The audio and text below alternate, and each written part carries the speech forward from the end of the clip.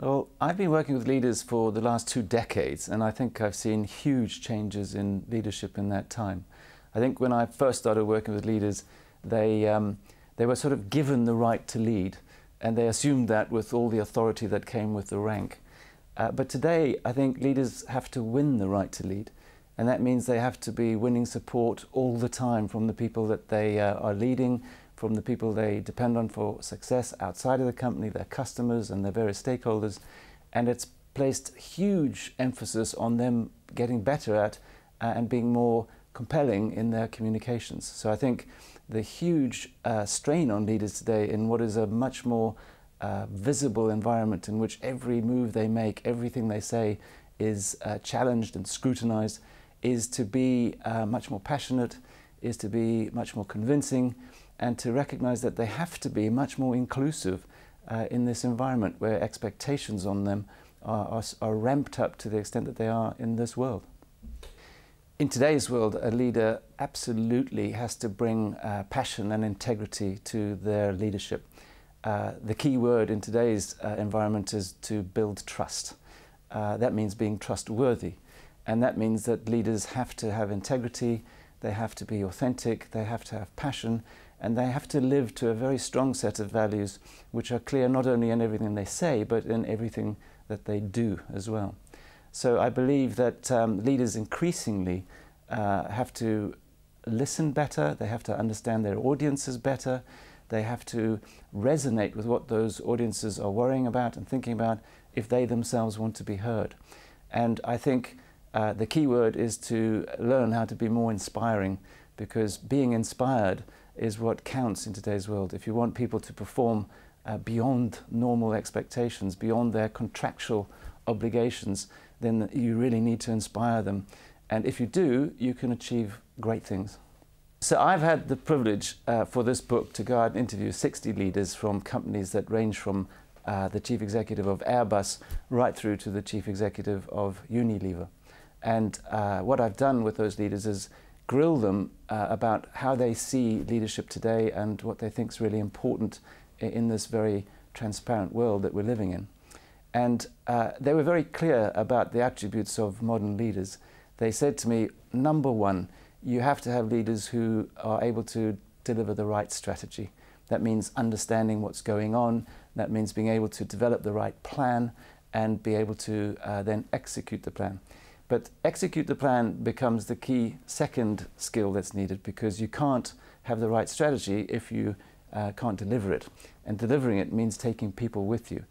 So taking people with you becomes the key issue for leaders today. How do you take people with you? I've seen great thinkers, great intellects who have had the right plan but who have failed to deliver the change because they just couldn't take people with them. And then I've met great leaders who somehow have taken people with them. And what intrigued me was, what was the difference? Why did some succeed and others fail? And the ones who succeeded, I found, were the ones who were the best at communicating. So what they were telling me is that communication is now undoubtedly a top 2 or 3 skill of leadership. So I firmly believe that leaders can be taught. I've seen it myself. I've seen people step up to positions when they really didn't feel they wanted to, but they assumed the mantle and they learned how to lead. I've seen other great leaders who are natural leaders. And I think the difference is those who really put a lot of effort into communicating well, who understand what inspiring communications really is all about, can go from being great to being fantastic. And those who aren't very good can become really good. So I do believe that leadership can be learned, and I especially believe that you can learn the art of inspiring communication. And that doesn't mean being a great orator. It does mean being able to speak with passion, being true to your values. It means being able to listen to people and show that you really care about what they think, and you respect them as people, you respect their strengths, and being able to stand up with courage and express a point of view. I also know that great communication today is being able to tell great stories. And so I see a renaissance in storytelling among leaders who use stories as the superglue of messages.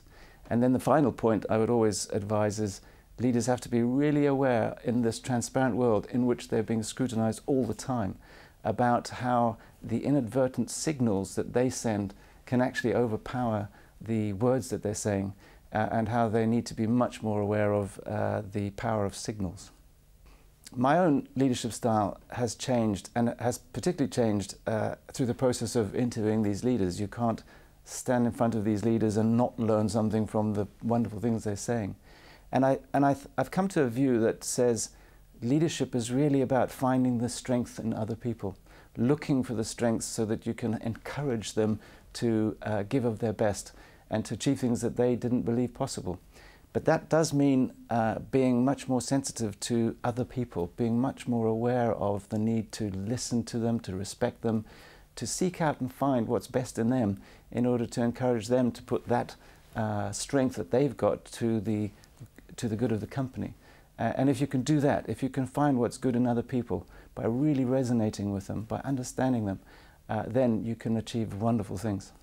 What I've tried to capture in my book is a framework for leaders at all levels in organizations to use in order to think about how they go about communicating and inspiring people. So it's aimed at existing leaders at the top of organizations, right down to leaders at the front line who have just 3 or 4 people to lead, and anybody who would like to be a leader. And language is a system of communication. And what I've tried to do here is present a system of communication for leaders to use to think about how to be better communicators. But at its heart, if leaders don't bring their own passion and own beliefs and own point of view to their leadership, if they don't communicate with all of the passion that they can muster for the cause that they are endeavoring to deliver, then they won't succeed. If you're not passionate, you may as well go home, because you won't get anywhere.